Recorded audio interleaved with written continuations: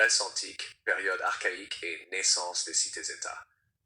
La période archaïque de la Grèce antique, s'étendant approximativement du 8e au 6 siècle avant notre ère, représente une phase cruciale dans l'histoire grecque, marquée par la transformation d'un monde fragmenté en une constellation de cités-États indépendantes, appelées polis. Après les siècles sombres consécutifs à la chute de la civilisation mycénienne, la Grèce a connu un renouveau culturel, social et politique qui a jeté les bases de la civilisation classique. La sortie des siècles obscurs et la formation des cités. La fin de l'âge du bronze en Grèce fut accompagnée d'une profonde régression démographique, économique et culturelle, souvent appelée les siècles obscurs, vers 1100-800 avant J.C. Durant cette période, l'écriture linéaire B disparaît, les échanges commerciaux se réduisent et de nombreux sites mycéniens sont abandonnés. Cependant, à partir du 8e siècle, on observe une reprise démographique et la réorganisation progressive de la société grecque. Les villages se regroupent en cités-États, structures politiques indépendantes caractérisées par une organisation civique, militaire et religieuse propre. Les premières cités, telles que Athènes, Sparte, Corinthe et Thèbes, émergeant sur la base de noyaux géographiques favorables, souvent autour de collines ou de zones fortifiées acropoles, permettant à la population de se protéger et de contrôler les ressources environnantes. Ces cités sont généralement petites, mais leur indépendance politique et leur cohésion interne leur confèrent un rôle central dans la vie de leurs habitants. La structure politique et sociale des cités-États. Chaque cité-État possède sa propre organisation politique, mais plusieurs caractéristiques communes émergent durant la période archaïque. La société grecque se structure en plusieurs classes. Les aristocrates, détenteurs de terres et de privilèges, exercent souvent un contrôle politique. Les artisans, commerçants et paysans constituent le cœur économique des cités.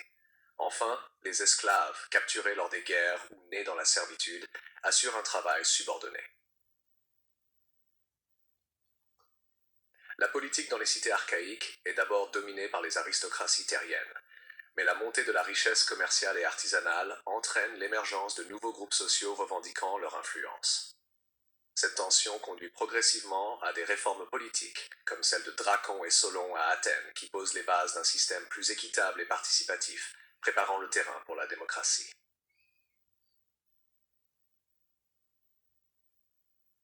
La colonisation grecque et l'expansion économique. Un aspect essentiel de la période archaïque est la colonisation méditerranéenne et pontique. Entre le Thwaites et le 16e siècle avant J.C., de nombreuses cités grecques fondent des colonies sur les côtes de l'Italie, de la Sicile, de la mer Noire et du sud de la France. Cette expansion répond à plusieurs besoins. Désengorger les cités d'origine, accéder à de nouvelles terres agricoles, développer le commerce et diffuser la culture grecque. Les colonies maintiennent des liens étroits avec leur métropole, partageant les cultes religieux, les pratiques politiques et la langue. La colonisation favorise également le développement du commerce maritime, l'échange de produits artisanaux et agricoles, et l'introduction de nouvelles techniques, telles que l'alphabet phénicien, adapté pour former l'écriture grecque. La culture et la religion dans la période archaïque. La période archaïque est également marquée par un renouveau culturel et artistique. Les Grecs adoptent l'écriture alphabétique, permettant la transcription de poèmes épiques et de documents administratifs.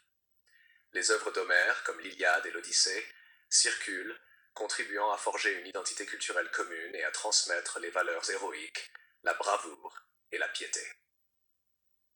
L'art et l'architecture connaissent un développement significatif.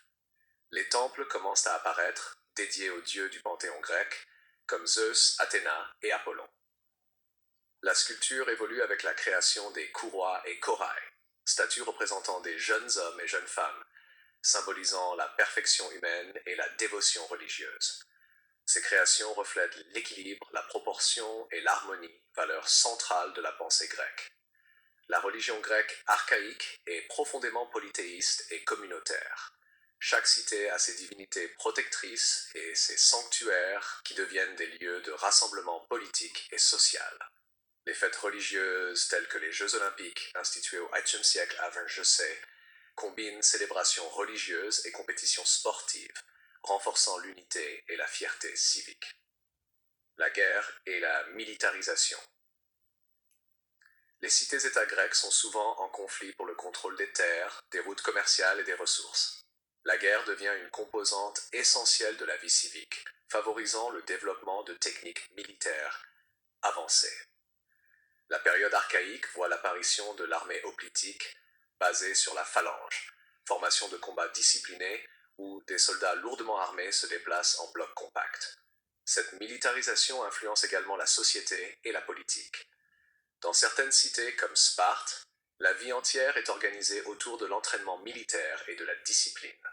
L'éducation spartiate vise à former des citoyens soldats, capables de défendre la cité et d'assurer sa suprématie régionale. Les tensions internes et l'évolution politique. La période archaïque n'est pas seulement marquée par les conflits externes, mais aussi par des tensions internes. L'aristocratie terrienne, en position dominante, fait face aux revendications croissantes des classes moyennes et des artisans, qui demandent plus de droits politiques et économiques. Ces tensions conduisent à des réformes législatives progressives. À Athènes, Dracon, vers 621, codifie les lois établissant un système rigide de sanctions qui consolide l'autorité de l'État. Quelques décennies plus tard, Solon, vers 584 avant c, introduit des mesures plus justes, abolition de certaines dettes, protection des citoyens contre l'esclavage pour dette et réorganisation des classes politiques selon la richesse plutôt que la naissance. Ces réformes jettent les bases de la démocratie athénienne qui se développera pleinement au siècle suivant. Héritage et transition vers la période classique. La période archaïque prépare le terrain pour la Grèce classique.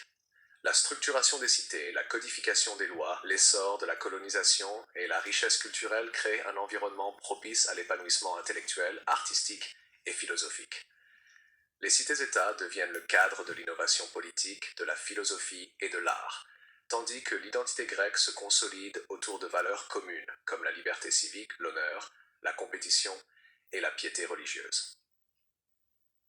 Le passage à la période classique, 2 siècles avant Joussé, sera marqué par la montée en puissance d'Athènes et de Sparte, la confrontation avec l'Empire perse et l'apogée de la pensée philosophique avec des figures comme Socrate, Platon et Aristote.